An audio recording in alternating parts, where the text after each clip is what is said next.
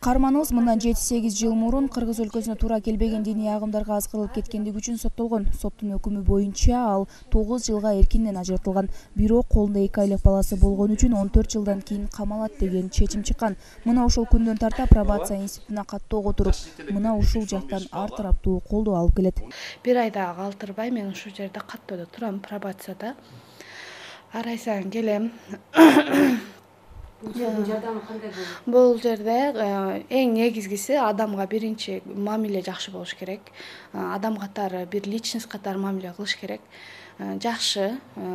Андан алдыңкы адамдарды мен мындай не кылбачу элем. Алар грубить этишчү эле. Булар азыр жакшы мамиле кылышат мага. Жеке личный мындай гордостька тие турган мамилелер кылышпайт да.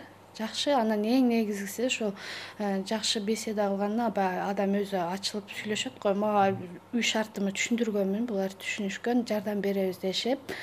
Азыркы күндө ошол мен пособие алып баштадым. 2430 сом пособие алдым 3 кызыма. Рахмат ушуларга. Ош шаары боюнча пробация органында 300дөй жаран катталган. Мына ушул жарандар ар ай сайын келип, өзүнүн көйгөйлөрү, милдет укуктары боюнча кеңеш алып, жашоого болгон көз карашын өзгөртүп, жакшы жакка оңолууга шарт түзүшөт.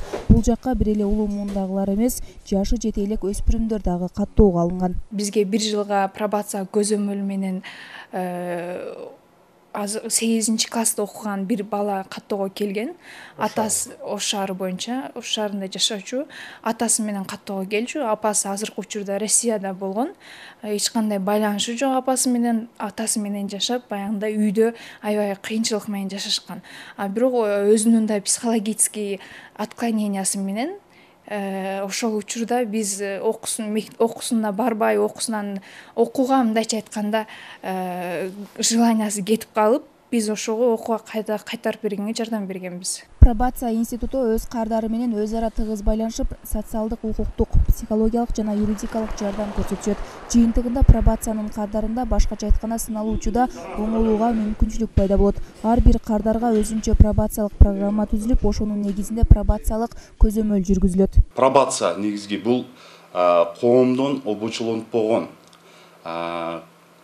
оор эмес, жазасы 5 жылга чейинки эркиндигинен ажыратуу жазалары каралган, жазаларга карата колдонулуучу мамлекеттин мажбурлоо чарасы да.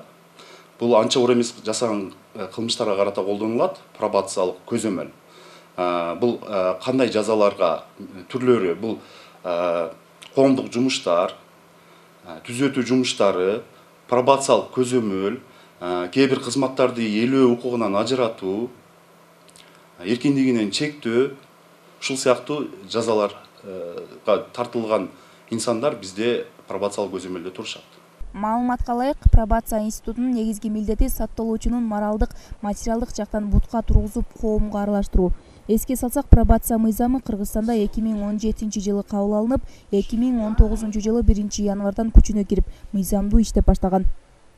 Айымкан Исралы кызы Азам Бузирков, Ынтымак.